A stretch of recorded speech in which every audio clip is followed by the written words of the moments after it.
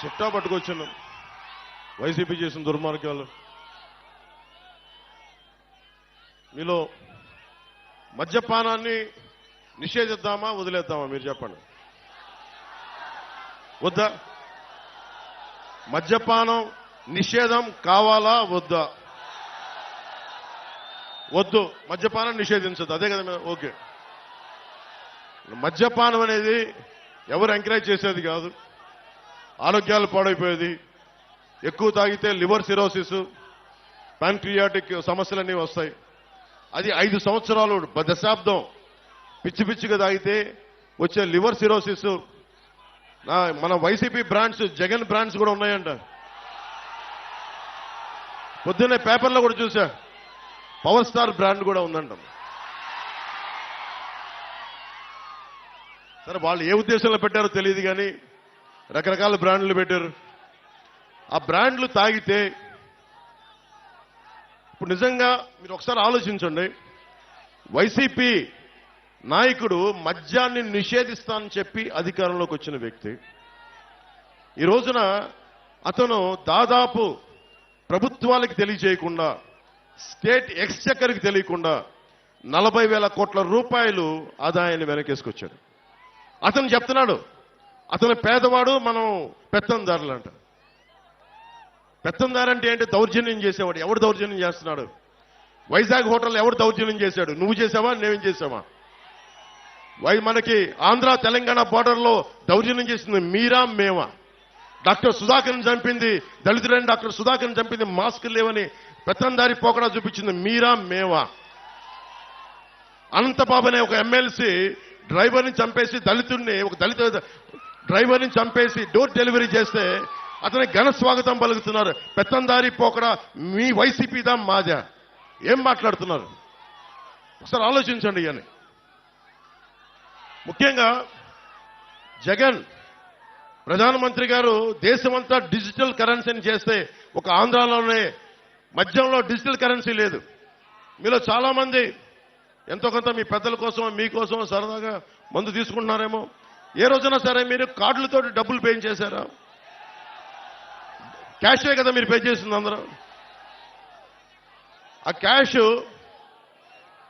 రోజుకి 77 కోట్ల మద్యాన్ని అమ్ముతున్నారు. దాంట్లో ఓన్లీ ప్రతిరోజు 70 కోట్ల ఆదాయం. దాంట్లో 1,50,00,000 డిజిటల్ పేమెంట్స్. అంటే ప్రతి 700 రూపాయలకి 0.07% డిజిటలైజ్ అవుతుంది. మిగతా డబ్బులు ఎక్కడికి వెళ్తున్నాయి? మిగతా డబ్బులు 20,000 కోట్ల రూపాయలు జగన్ జేబులో పెట్టుకున్నారు. 16 కంపెనీలు, మిథున్ రెడ్డి గారి కంపెనీ, ఇంకా పెద్ద పెద్దలందరూ ఉన్నారు, అందరూ కంపెనీలు, 16 కంపెనీలు. 74% సేల్స్ అంతా ఆ కంపెనీలే. అదేనా మంచి మందా? నాణ్యత లేని మందు. ఎలాంటి ఫ్యాక్టరీలు అంటే అవి కనుక్కుంటా ఉంటే 2,000 లీటర్ల బాటిల్ తయారు చేసేది 6,000 లీటర్లు చేస్తా ఉన్నారు. దాన్ని ఆల్కహాల్ కంటెంట్ తగ్గించి ప్యూరిఫై చేసే ప్రాసెస్లో 6,000 బాటిల్స్ తయారు చేస్తా ఉన్నారు. ఒక్కొక్కళ్ళకి మతి స్థిమితం పోతా ఉంది, మూర్ఛలు వస్తా ఉన్నాయి, పేగులు కరిగిపోతా ఉన్నాయి. నేషనల్ హెల్త్ సర్వే ఆంధ్రప్రదేశ్లో అత్యధికంగా మందు వల్ల చావులున్నాయి, ప్యాన్క్రియాటిక్ డిసీజెస్ ఉన్నాయి, లివర్ సిరోసిస్ పెరిగిపోయిందని చెప్పి నేషనల్ హెల్త్ సర్వే ఈ రోజున మనకి నివేదిక ఇచ్చా ఉంది. ఒక్కళ్ళు మాట్లాడలేదు. ఇతను చెప్తున్నాడు అతను పేదవాడంట, మనందరం పెత్తందారులంట. కూర్చోబెట్టి ఎవడు అమ్ముతున్నాడు మద్యం? ఎవడు ముఖ్యమంత్రి రాష్ట్రానికి? జగనా మనవా ముఖ్యమంత్రి? ఎవడు పెత్తందారి? జగనా మనవా? మీరు అడగండి, ఒక్కొక్క వైసీపీ నాయకుడిని అడగండి. కొత్తపల్లి భూములు ఇచ్చేశారు రైతాంగం. ఇచ్చిన భూములకి పరిశ్రమలు వచ్చినాయా? ఉపాధి అవకాశాలు వచ్చినాయా? పోనీ పరిశ్రమలు పెట్టని భూముల్ని తిరిగి రైతాంగానికి ఇచ్చారా? ఇది కూడా మీరు అడగండి. ఒక్కొక్క వైసీపీ నాయకుడు వస్తే మీరు అడగాల్సింది ఇదే. ఎవరిని దోచేసిన సొమ్మది? ఎవరు మాట్లాడాలి దానికి? మీరు ఖచ్చితంగా ఊళ్ళోకి వస్తే నిలదీయండి. అలాగే బీచ్ రోడ్ ఉంది, ఉప్పాడ బీచ్ రోడ్. అది కోతకు గురవుతా ఉంటే ఎందుకు ఒక్క వైసీపీ నాయకుడు దాని మీద సరైన ప్రణాళికలతో ఎందుకు ముందుకెళ్లలేదు? తీర ప్రాంతానికి కోత గురవుతున్నప్పుడల్లా ఎందుకు మాట్లాడలేదు? ఫిషింగ్ హార్బర్లు, ఫిషింగ్ జట్టీలు మత్స్యకార సోదరులకు ఎందుకు నిర్మించలేదు? ఇది కూడా ఆలోచించాలి. కోనపాకపేట, ఉప్పాడ కొత్తపల్లి మండలంలో కోనపాకపేట, ములాపేట, ఉప్పాడలో ఈ తదితర గ్రామాల్లో కెమికల్ రిలీజ్ అయిపోయి అరబిందో వీళ్ళకి సంబంధించిన తదితర కెమికల్ ఫ్యాక్టరీస్ కాలుష్యం సముద్రంలో పెడతా ఉంటే మత్స్య సంపద నాశనం అయిపోతా ఉంది. దీని గురించి మాట్లాడేది ఎవరు? దీని గురించి నిలదీసేది ఎవరు? ఈ రోజున వైసీపీ నాయకులు వచ్చి ఓట్లు అడుగుతా ఉన్నారు. మీరు అడగాల్సింది అది. నేను మీకు ఒకటే మాటిస్తున్నా, మత్స్యకార సోదరులందరికీ, ఏ బీచ్కి రోడ్డుకు ముంపు గురైందో, కోతకు గురైందో వాటికి ఆల్టర్నేటివ్ విధానాలు కనుక్కుంటాం. నేను ఒక సంవత్సరానికి ఒక ఎన్నికలకి రావట్లేదు. నేను పిఠాపురం ఇది నేను గుండెల్లో పెట్టుకోవడానికి వచ్చాను. ఈ నియోజకవర్గాన్ని పారిపోవట్లేదు. ఎందుకంటే ఇప్పుడు దాకా నేను రాష్ట్రం చూశాను కానీ ఒక ఊరుని చూడలేదు నేను ఇప్పుడు దాకా. ఆ నియోజకవర్గం శ్రీపాద శ్రీవల్లభుడు వెలిసింది, బషీర్ పాప దర్గా ఉన్నది ఆ నేల, ఆంధ్ర బాప్టిస్ట్ చర్చ్ ఉన్న నేల, కుక్కుటేశ్వరుడు వెలిసిన నేల, రామాలయం ఉన్న నేల, రామేశ్వరుడు ఉన్న నేల, ఈ దేవాలయాలు ఉన్న నేల. ఈ నేలకి నేను రుణపడి ఉంటాను. మీకోసం ప్రత్యేకంగా నేను ఇక్కడే మన వాళ్ళని అడిగాను, ఇక్కడ ఇల్లు తీసుకుంటాను.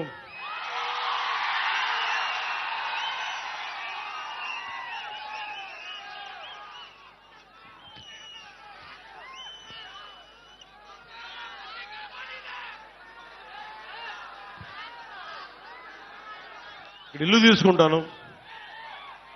నేను ఖచ్చితంగా ప్రత్యేకించి 54 గ్రామాల బాధ్యత, ఒక పర్మనెంట్ ఆఫీస్ పెట్టి, కార్యవర్గాన్ని పెట్టి, నేను వర్మ గారి అనుభవం, ఉదయ్ శ్రీనివాస్ గారి యువరక్తం, వీటన్నిటితోటి ప్రత్యేకించి 54 గ్రామాల మీద నేను కులాలకి మతాలకి అన్నిటికీ అతీతంగా చెప్తున్నా. వెనకబడిన కులం అని లేదు, ఓసీ కులం అని లేదు, ముస్లిం అని లేదు, ఎస్సీ అని లేదు, క్రిస్టియన్ అని లేదు. నేను జాషువా విశ్వనరుణ్ణి, అందరినీ గుండెల్లో పెట్టుకుంటాను. ఎందుకంటే ఈ నేల, పిఠాపురం నేల చెప్తా ఉంది. ఒక ఆంధ్ర బాప్టిస్ట్ చర్చ్ 1905లో ఉన్నప్పటి నుంచి వెలిసింది. ఇక్కడ పెట్టారు. ఇక్కడ అలాగే బషీర్ పాపమ్మ దర్గా వెలిసింది. ఇది దాదాపు 5 దశాబ్దాల నుంచి ఆ పీఠం ఇక్కడ ఉంది. అలాగే దత్తుడి పీఠం కానీ, ఇవన్నీ మనకి భారతదేశంలోనే. నేను పిఠాపురం వచ్చానని తెలిసిగానే మనకి నేషనల్ ఛానల్స్ వచ్చినాయి.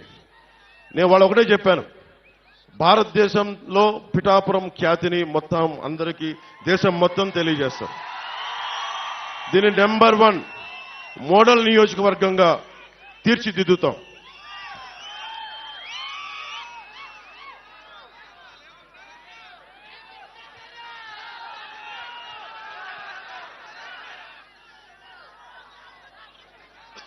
ఇక్కడ ఇంతమంది యువత ఉన్నారు. యువతకు సంబంధించి ఒకటే అడుగుతున్నాం, మీకు 25 సంవత్సరాల భవిష్యత్తు కావాలా, ఒక 5,000 జీతం కావాలా? మీరు ఆలోచించుకోండి. మత్స్యకార యువతనే తీసుకుందాం. మీకు జట్టీలు కావాలా, లేదంటే 5,000 డబ్బులు నెలకు 2 నెలలకోసారి పడేస్తే సరిపోతుంది? మీరు ఆలోచించండి. జట్టీలు పెడితే మీ సంపద మీరు సంపాదించుకోవచ్చు. జట్టీల మీద నిర్మాణం జరగదు. జట్టీలు, బీచ్ల మీద జట్టీల నిర్మాణం జరగదు. ఎందుకంటే మీరు ఎప్పుడు దేహి అంటా ఉండాలి ప్రభుత్వాలని. నేను చెప్తున్నా, మీరు ఎవరిని దేహి అనే పరిస్థితుల్లో నేను పెట్టను. మీరు 10 మందికి ఇచ్చే స్థానంలోనే పెడతాను నేను. ఇక్కడే నేను హుద్హుద్ తుఫాన్ అప్పుడు శ్రీకాకుళం వెళ్తే రణస్థలం దగ్గర ఒక యువకుడు చెప్పిన మాట, మీలాగా ఒక యువకుడు కడుపు మండి ఒకటే మాట అన్నాడు. తుఫాన్ వచ్చినంత నలిగిపోతా ఉంటే వాళ్ళు అన్నారు, ఒకసారి 10 కేజీలు బియ్యం ఇచ్చి చేతులు దులుపుకుంటా ఉంటే ఒకటే అన్నాడు, అన్న మాకు కావాల్సింది 10 కేజీలు బియ్యం కాదన్నా, ఒక 25 సంవత్సరాల భవిష్యత్తు ఇవ్వన్నాను.